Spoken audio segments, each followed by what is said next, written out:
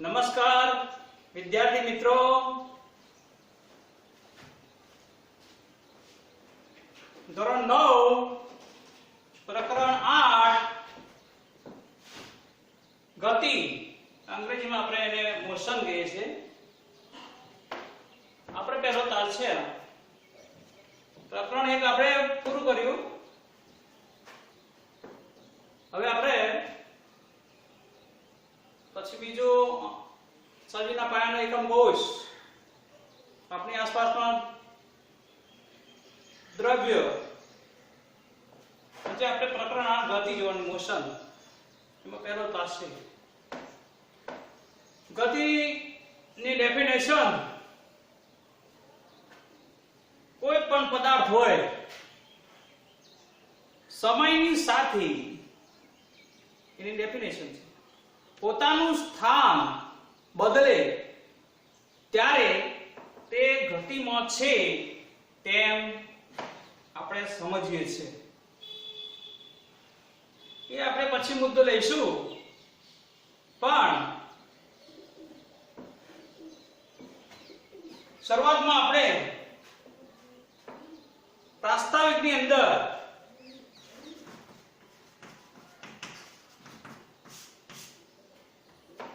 રોજબરોજના જીવનમાં આપણે વસ્તુઓની વાત કરીએ, કેટલીક વસ્તુઓની વાત કરીએ, તો એ વસ્તુઓ કાં તો સ્થિર અવસ્થામાં હોય, કાં તો ગતિમાન અવસ્થામાં હોય.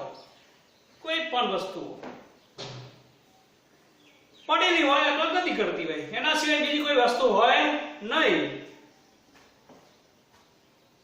આપણા જીવન જરૂરિયાતમાં કેટલીક વસ્તુઓ હવે સ્થિર અવસ્થામાં અને ગતિમાન અવસ્થામાં, એમાં પાછા એ સજીવ પણ હોઈ શકે અને નિર્જીવ પણ હોઈ શકે. જેમાં જીવ છે એ સજીવ, અને જેમાં જીવ નથી એ નિર્જીવ સ્વરૂપે, નિર્જીવ અવસ્થામાં પણ, સજીવ અવસ્થામાં પણ હોઈ શકે અને નિર્જીવ અવસ્થામાં પણ હોય. હવે જો સજીવ અવસ્થામાં હોય તો એ ક્યાં હોઈ શકે? તો એ હવામાં હોય,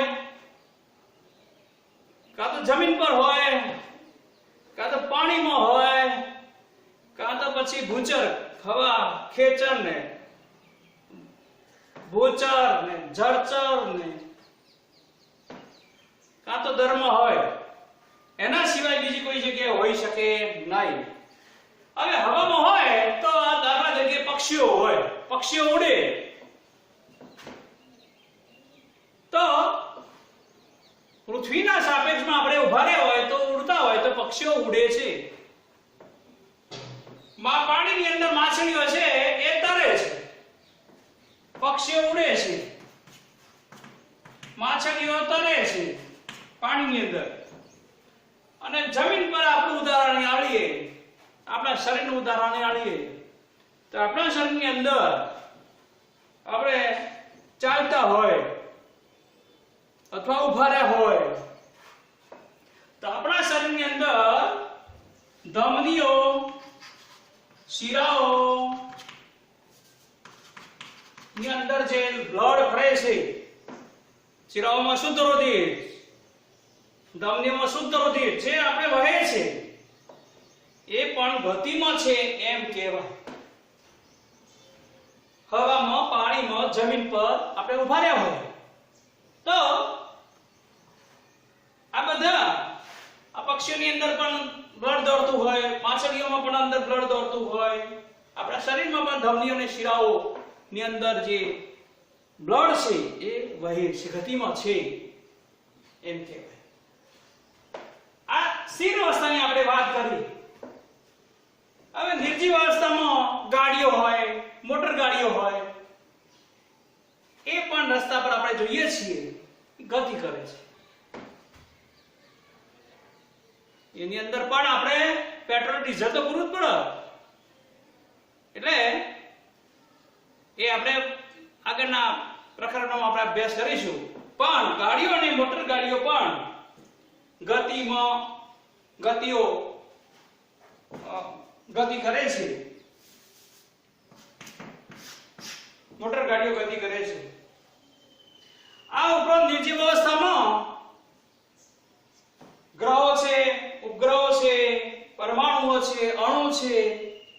અણુ પરમાણુનો બનેલો હોય તો પરમાણુઓ છે, અણુઓ છે, ગ્રહો છે, તારાઓ છે, આકાશગંગાઓ, આ બધી ગતિમાન છે, ગતિઓ કરે છે, ગતિમાન છે. તો આપણે પ્રાસ્તાવિકની અંદર આપણે આ મુદ્દાની આપણે ચર્ચા કરી. તો આપણે શોર્ટકટ માહિતી આપણા આટલા મુદ્દાઓમાં પ્રાસ્તાવિકની અંદર આપણે કરી. નેક્સ્ટ મુદ્દો આપણે જોવા જઈએ તો ગતિની વ્યાખ્યા આપણે કરીએ તો શું થાય? ગતિ, જેને આપણે મોશન કહીએ છીએ, જે બાણ છે, તો કોઈ પદાર્થ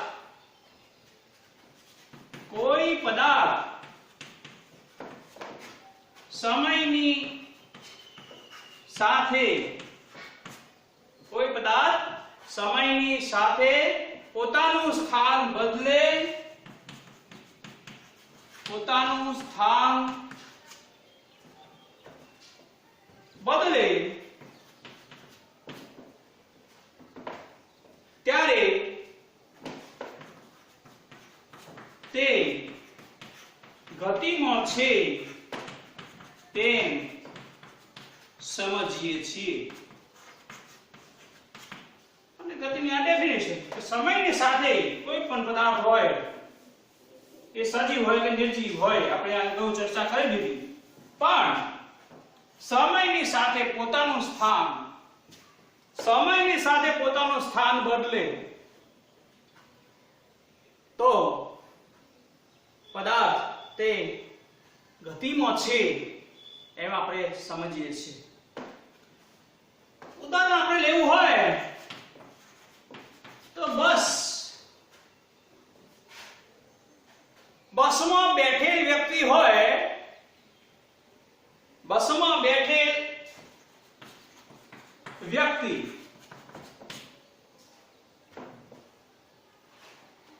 બસ દોડે, બસ ગતિ કરે. બસમાં બેઠેલ વ્યક્તિ છે, વ્યક્તિ ગતિ કરતો નથી, પણ ગતિ કરે છે બસ. અને બહાર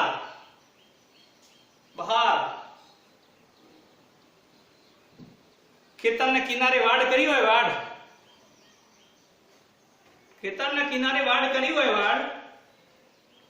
તો બસ જ્યારે ગતિ કરતી હોય ત્યારે આપણને કોણ દોડતું દેખાય છે? આપણને વાડ દોડતી દેખાય છે. બસ ગતિ કરે છે એમ દેખાતું નથી, દેખાય છે કોણ? વાડ ગતિ કરે છે એમ આપણે આંખેથી જોઈએ છીએ. વાસ્તવમાં કોણ ગતિ કરે છે? બસ ગતિ કરે છે. અને બસની બહાર બસ દોડતી હોય, પણ બહાર ઉભેલ વ્યક્તિ, બસની બહાર ઉભેલ વ્યક્તિ હોય, તેની દ્રષ્ટિએ કોણ ગતિ કરે છે? બસ દોડતી હોય ત્યારે બસ ગતિ કરે છે. આ બંને ઉદાહરણ આપણે સમજીએ છીએ. બસમાં બેઠેલી વ્યક્તિ હોય એમાં વાડ દોડતી દેખાય છે, બહાર ઉભેલી વ્યક્તિ છે એની દ્રષ્ટિએ બસ ગતિ કરે છે.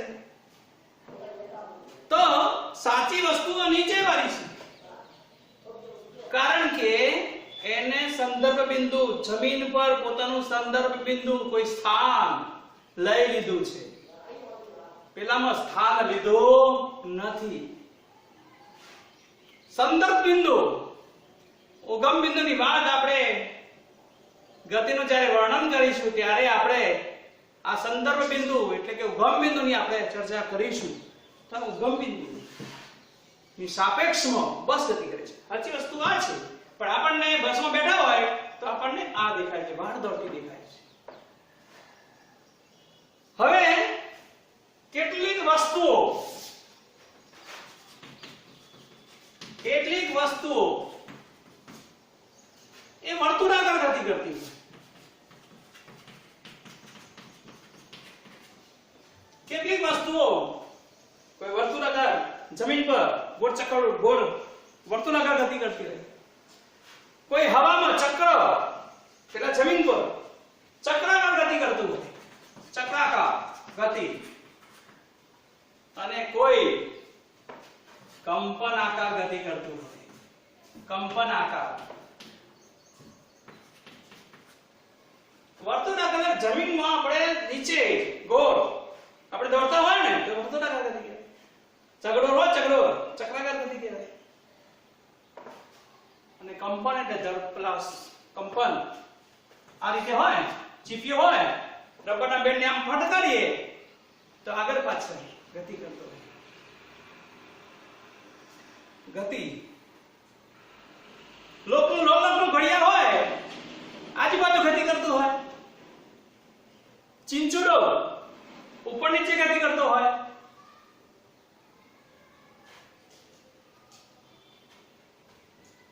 ચીપિયો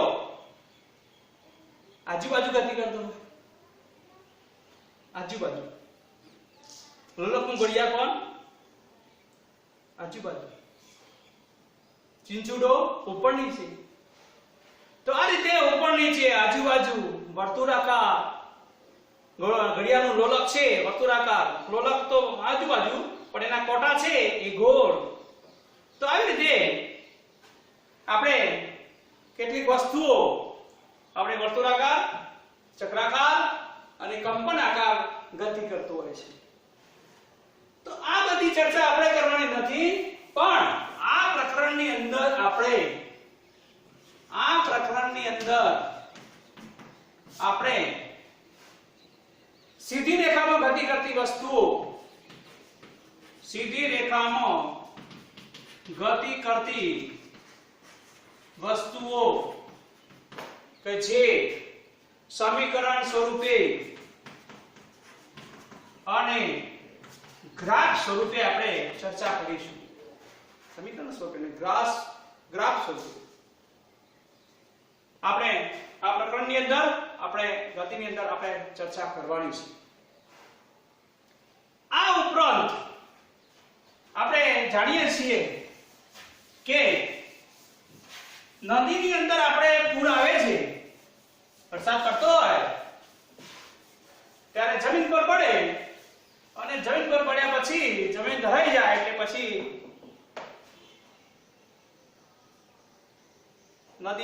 નદીમાં નાળોમાં જઈને નદીમાં આપણે જાય તો નદીમાં આવેલ પૂર, તોફાનો, સુનામી મોજો આવતો હોય તો આ બધી વસ્તુઓ જે છે નદીની અંદર આપણે આવ્યા પછી ડેમમાં અંદર જાય, ડેમમાં પાણી ભરાય, ડેમ ઓવરફ્લો થાય, પછી ડેમમાં જ્યારે પાણી હોય ત્યારે સ્થિર અવસ્થામાં છે, પણ ડેમ ભરાઈ જાય અને ઓવરફ્લો થઈ જાય અને એક ગેટ ખોલવામાં આવે તો ઓવરફ્લો થાય એટલે નીચે પડે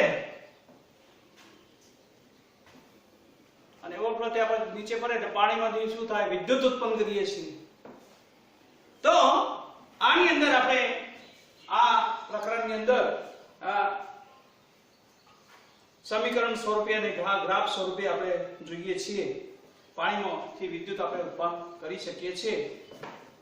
તો પ્રાસ્તાવિકની અંદર આપણે મુદ્દો પૂરો થયો. નંબર 2 ગતિનું વર્ણન. ગતિનું વર્ણન. તો ગતિની વર્ણનની અંદર આપણે આપણા ગામનું ઉદાહરણ લઈએ. ગતિના વર્ણનની અંદર કે સપોઝ ઉમટા ગામની જે શાળા છે, ઉમટા ગામની શાળા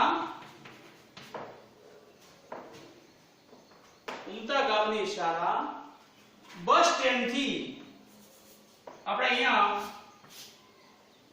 આ પૂર્વ પશ્ચિમ, આ પૂર્વ, આ પશ્ચિમ, આ ઉત્તર અને આ દક્ષિણ. બોર્ડની અંદર આવે તો ઉમતા ગામની જે શાળા છે આ સંદર્ભ બિંદુ O અને ઉગમ બિંદુ 0. O બોર્ડ અલંબ. હવે ઉમતા ગામની જે શાળા છે એ બસ સ્ટેન્ડ છે ઉગમ બિંદુ. બસ સ્ટેન્ડ એ આપણો ઉગમ બિંદુ. ઉગમ બિંદુ ઉમતા ગામની શાળા આ બસ સ્ટેન્ડ. ઉમતા ગામની શાળા અહીંયા આપણી શાળા. આપણે એનો પર નીકળીએ. આ શાળા શ્રી M.K. વ્યાસ હાઈ સ્કૂલ ઉમતા. વીડી પટેલ શિક્ષણ સંકુલ. વીડી પટેલ શિક્ષણ સંકુલમાં ઉમતા M.K. વ્યાસ હાઈ સ્કૂલ